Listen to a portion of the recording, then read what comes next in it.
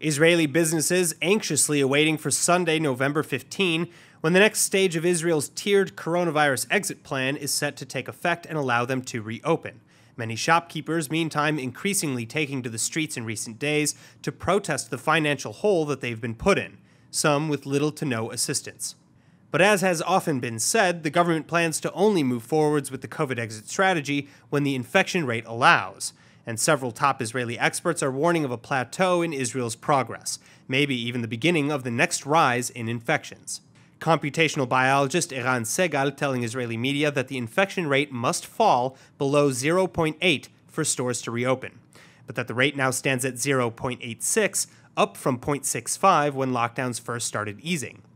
And that means that reopening now may not only reverse the nation's overall improvements, but it may do so at a time when the initial effects of first reopening schools has yet to even be seen. Still, focusing on the positive, overnight infections are down dramatically since the start of second lockdowns in October. The new number of active cases in Israel enjoying a net drop of 144 for a total of 9,876. The number of serious patients likewise falling to 376, and the death toll holding overnight at 2,592.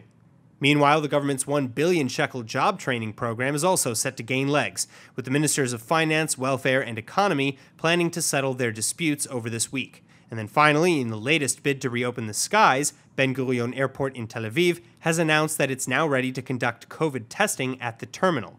The Omega check-to-fly testing and laboratory services on schedule to begin by November 9, allowing both for cheaper and potentially faster COVID testing for Israelis who want to travel abroad, as well as for tourists from so-called red countries to come to Israel at all.